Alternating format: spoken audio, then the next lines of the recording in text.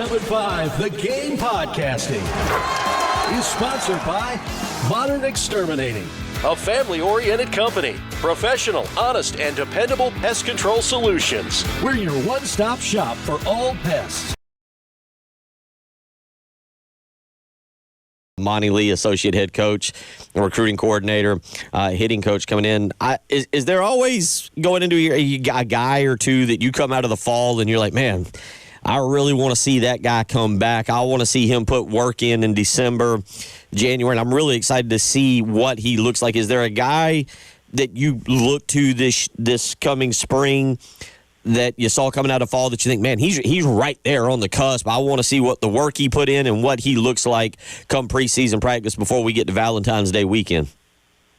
That's a really good question, and to be honest with you, we have so many new players. I mean, when you look at on my side of the ball, the position players, I mean, we really only returned 4 guys that were in the program. You have Talmadge LaCroix, who was injured last year, didn't really get to play very much.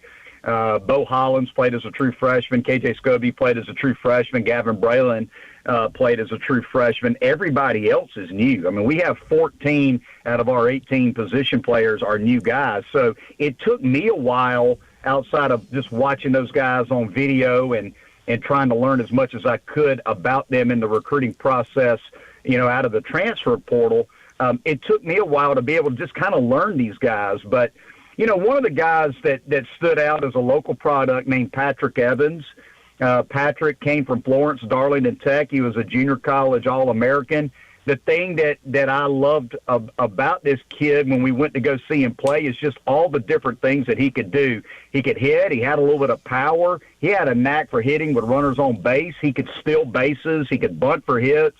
He had some defensive versatility. So when you start checking boxes on skills and tools of a player, I thought Patrick Evans was a guy that I was really excited about seeing kind of how he fit and how he would transition from junior college baseball to our level. And he had his moments in the fall where he was outstanding, and he had his moments in the fall where he struggled a little bit. So I'm anxious to see when we start inter squads, which is tomorrow, how Patrick Evans looks and, can he take those next steps to gain that consistency to be a potential everyday player in our lineup.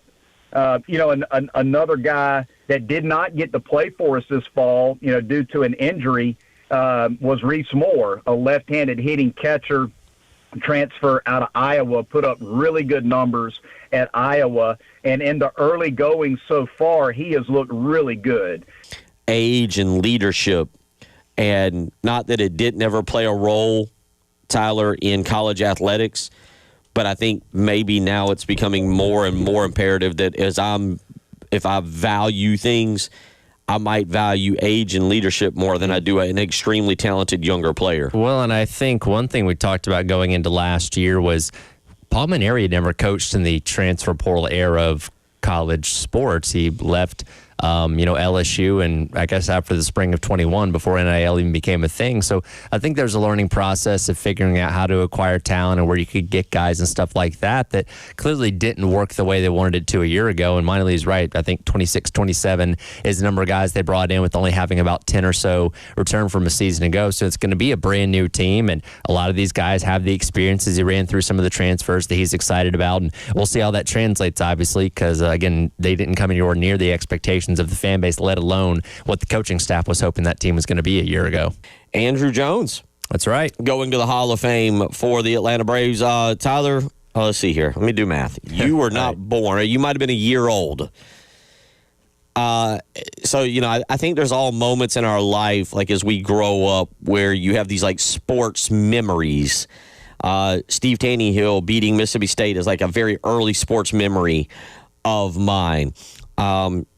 I also a very early sports vivid memory, where I was, how everything went, what I was watching, what I was thinking. Yeah, is 19-year-old Andrew Jones putting 2 in the Yankees bleachers in Game 1 of the '96 World Series to become the youngest player ever to hit. There's a lot that he did in that particular, his first 2 at-bats of the World Series and everything. Braves would win that game. They would go up in that series 2-0 and then get beat 4 straight games.